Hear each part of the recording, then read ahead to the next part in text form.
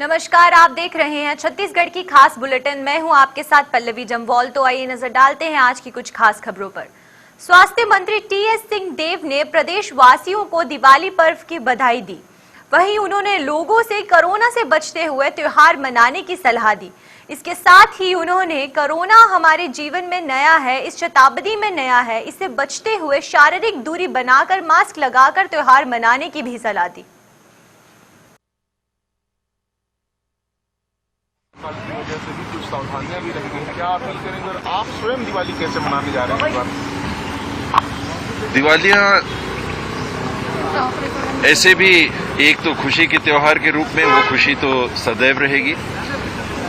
नए फसल आता है, नए फसल के साथ ये त्योहारों का परंपरागत मनाया जाना हमारी देश की सभ्यता का एक हिस्सा है, बना रहा है।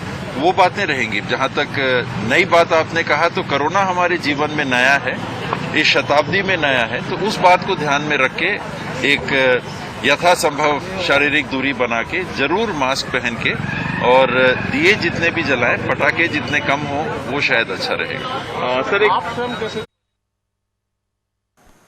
कृषि मंत्री रविंद्र चौबे ने अध्यक्षता में नवगठित छत्तीसगढ़ सिंचाई प्राधिकरण की आज पहली बार बैठक आयोजित की गई। इस बैठक में सिंचाई संबंधित महत्वपूर्ण निर्णय लिए गए। मंत्री ने बताया कि कुछ विशेष सिंचाई परियोजनाएं हैं जिसे प्राधिकरण के माध्यम से तत्काल शुरू करना है। इसके साथ ही अरपा नदी में बनने वाले छपरा ढोला जलाशय का कार्य प्राधिकरण के माध्यम से किया जाएगा। वहीं गंगा बेसिन महत्वपूर्ण योजना को भी प्राधिकरण के माध्यम से कार्य किया जाएगा। अभी छत्तीसगढ़ में नवगठित छत्तीसगढ़ सिंचाई विकास प्राधिकरण की पहली बैठक आज अभी संपन्न हुई है और सिंचाई विकास प्राधिकरण में हम लोगों ने निर्णय लिया है कि जो हमारी कुछ विशेष सिंचाई की परियोजनाएं हैं उसको प्राधिकरण के माध्यम से तत्काल शुरू कराना है। पहले से ही जो हमारे छत्तीसगढ़ में जो बहुत सारी योजनाएं जो चल रही हैं और पिछले बजट में हम लोगों ने प्रस्तावित किया था, उसके साथ साथ अब प्राधिकरण को समानांतर रूप से इन कार्यों को करने के लिए अधिकृत जब किए हैं, तो आज की बैठक में ये हम लोगों ने निर्णय लिया है कि सबसे पहले अरपा में बनने वाले छपरा टोला जलाशय का कार्य प्राधिकरण के द्वारा किया जाएगा, नंबर 1। नंबर 2, अहिरन खारंग लिंग परियोजना जो है बिलासपुर के मिशन अमृत के तहत वाटर सप्लाई का, उसको इस के प्राधिकरण के माध्यम से उसको किया जाएगा। और तीसरा, गंगा बेसिन का एक बहुत महत्वपूर्ण हमारी योजना है रेहन अटेम की। ये तीनों परियोजनाओं का काम प्राधिकरण के माध्यम से किया जाएगा। दूसरा ये है, अब क्योंकि तीनों कार्य सिंचाई के इनके माध्यम से होगा, तो प्राधिकरण को अधिकृत किया गया है कि उसकी फंडिंग एजेंसियों से चर्चा करने का काम तत्काल शुरू कर दिया जाए। तीसरा ये है कि फंडिंग के लिए सरकार की गारंटी से फंड उपलब्ध कराना पड़ेगा, तो आने वाले मंत्रिमंडल की बैठक में इसको ले जा करके सरकार से के कैबिनेट से अनुमोदन कराने की आवश्यकता पड़ेगी। ये 3 बिंदुओं पे आज के बैठक में निर्णय लिया गया। और चूँकि प्राधिकरण का गठन इसीलिए हुआ है कि शासकीय कार्यों में थोड़ा विलम्ब जरूर हो सकता है, लेकिन प्राधिकरण के माध्यम से फंडिंग की व्यवस्था, प्रोजेक्ट की डीपीआर की व्यवस्था और वर्क एजेंसी को तय करने की व्यवस्था हम तत्काल करेंगे। इसलिए तीनों परियोजनाओं को प्राधिकरण को सौंप करके इन कार्यों को करने का आज निर्णय लिया गया। वन मंत्री मोहम्मद अकबर ने देशवासियों को दीपावली पर्व की बधाई दी। वहीं उन्होंने छत्तीसगढ़ की जनता से अपील की है कि कोरोना महामारी से बचते हुए पर्यावरण को ध्यान में रखते हुए त्योहार मनाएं। साथ ही साथ उन्होंने कहा है कि ये हमारा दायित्व बनता है कि हम सब मिलकर कोरोना की लड़ाई में एक साथ लड़ें। शुभकामनाएं। और कोरोना काल में सोशल डिस्टेंसिंग का पालन करना है, ये सरकार की तरफ से, पर्यावरण विभाग की तरफ से। पटाखों को लेकर भी पर्यावरण विभाग ने सब दिशा निर्देश जारी किया है, तो ये सब का पालन करना चाहिए और सारे लोग सुरक्षित रहें और हंसते खेलते अच्छे ढंग से त्यौहार मनाएं, यही हमारी कामना है। आप भी बोलिए। दीपावली की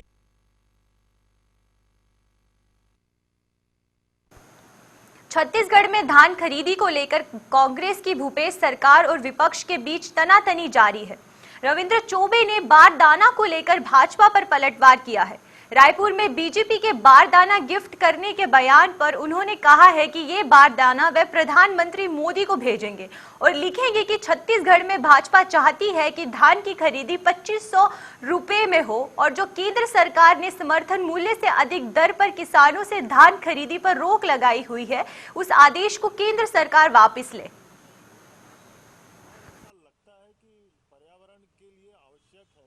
तो मैं समझता हूँ इसमें कोई बुरी बात नहीं है, लेकिन अधिकांश डेयरी इससे बाहर होंगे। ठीक किया है आपको और मुख्यमंत्री को स्पीड पोस्ट के माध्यम से। उनका कहना है कि बारदाना पुराण बंद करिए और किसानों का धान खरीदिए। बारदाने पे सियासत रुक नहीं रही अभी भी, जबकि आप लोगों ने स्थिति स्पष्ट की है। माननीय चंद्रशेखर साहू और भारतीय जनता पार्टी ने जिस बारदाना को स्पीड पोस्ट से यहाँ भेजने की जानकारी दिया है, अभी मिला नहीं है।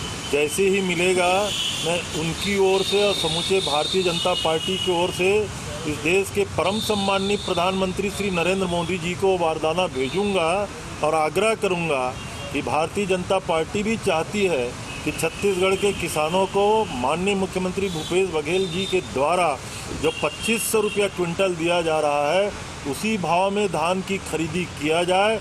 और जिस तरीके से माननीय मोदी जी ने कहा है कि सपोर्ट प्राइस से 1 रुपया भी ज़्यादा नहीं देना है, उस आदेश को केंद्र सरकार वापस ले, ऐसी अपेक्षा करते हुए उस बारदाना को मैं प्रधान। स्वास्थ्य मंत्री टीएस सिंहदेव ने आज अपने निवास कार्य से 20 नई एम्बुलेंस को हरी झंडी दिखाकर रवाना किया। आपात स्थिति में मरीजों एवं घायलों को अस्पताल तक पहुंचाने के लिए ये एम्बुलेंस विभिन्न जिलों में भेजी जाएगी। इन्हें मिलकर अब स्वास्थ्य विभाग द्वारा 300 नई एम्बुलेंस के जरिए आपात चिकित्सा सुविधाओं तक जरूरतमंदों को पहुंचाया जा सकेगा। स्वास्थ्य विभाग के 108 संजीवनी एक्सप्रेस सेवा के संचालन के लिए राज्य शासन और जय अम्बे इमरजेंसी सर्विसेज के बीच प्रदेश भर में 300 एम्बुलेंस के संचालन के लिए MOU किया गया है। आज 20 नई एम्बुलेंस की शुरुआत के बाद अब सभी 300 एम्बुलेंस आपात स्थिति में मरीजों एवं घायलों को अस्पताल तक पहुंचाने के लिए विभाग को मिल गई हैं।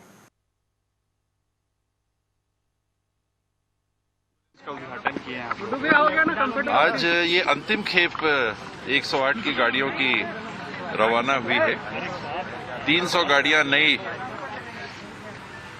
लोगों के उपयोग के लिए, सेवा के लिए लागू होनी थी। इसमें ये जरूर है कि थोड़ा हम लोग की मंशा के अनुरूप विलंब हुआ है, कुछ कोरोना की वजह से, कुछ सर्टिफिकेशन की वजह से, नए नॉर्म्स जो पोल्यूशन के आए हैं गाड़ी के, उसके कारण से इंजन इत्यादि में दिक्कत हुई। लेकिन अंततः ये 300 गाड़ियां अब समर्पित हो गई हैं। इसके बाद 102 गाड़ियों का भी टेंडर प्रक्रिया में है। हम लोग उम्मीद करेंगे कि नए वर्ष में छत्तीसगढ़ के नागरिकों को 102 की नई गाड़ियों की भी सुविधा उपलब्ध हो जाएगी। सर, एक धनतेरस की बहुत बहुत बधाई। एक शुभ दिन ये काम अंतिम चरण में पहुंचा है और दिवाली की भी आप सबको शुभकामनाएं। सूरजपुर जिले में चोरी की वारदातें आम बात हो चुकी है। ऐसे में पुलिस पर सवालिया निशान भी खड़े होते रहते हैं। जहां पिछले एक सप्ताह से सूरजपुर जिला मुख्यालय के 3 घरों में रात को चोरों ने धावा बोल लाखों के घरेलू सामान पार कर दिए थे और कोतवाली पुलिस को जमकर किरकिरी हो रही थी। जहां पुलिस ने सूरजपुर इलाके में रहने वाले 3 चोरों को गिरफ्तार करके आखिरकार सफलता हासिल कर ही ली।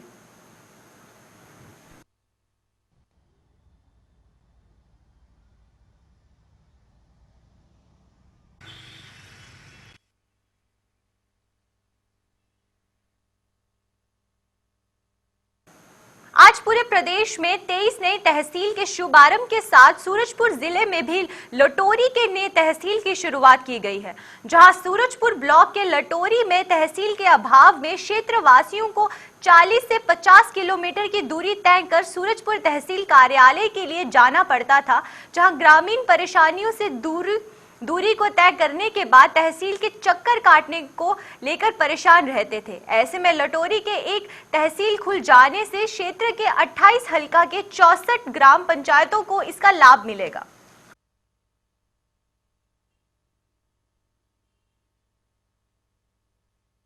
तहसीलों का जो पूर्ण रूप से तहसील का दर्जा दिया है उनको मैं जो है धन्यवाद देता हूं। और यहाँ तहसील खुल जाने से इस क्षेत्र में लगभग जो है 45 से 50 गांव जो है इस तहसील के अंतर्गत आएंगे, जिसमें लोगों को कई प्रकार की लाभ है। जैसा कि सूरजपुर में तहसील था और यहाँ उप तहसील था, जिससे छोटे मोटे जो है प्रकरण तो यहाँ से निपट जा रहे थे और तहसीलदार पूरा जो है सप्ताह में 2 दिन मात्र बैठते थे, बुधवार को और शुक्रवार को।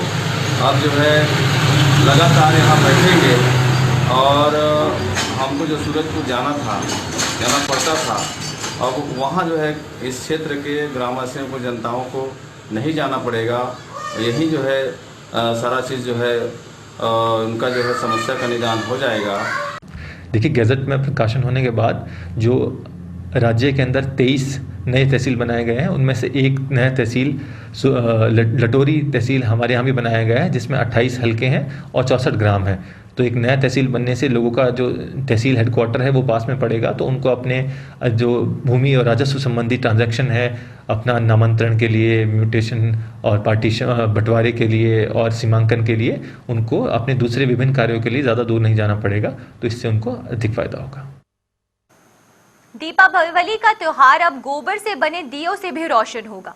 बेमेतरा जिले के साजा के सीईओ क्रांति ध्रुव के दिशा निर्देश पर ब्लॉक के परस बोर्ड की सब सहायता समूह की महिलाएं गोबर से रंग बिरंगे आकर्षक दिए बना रही हैं।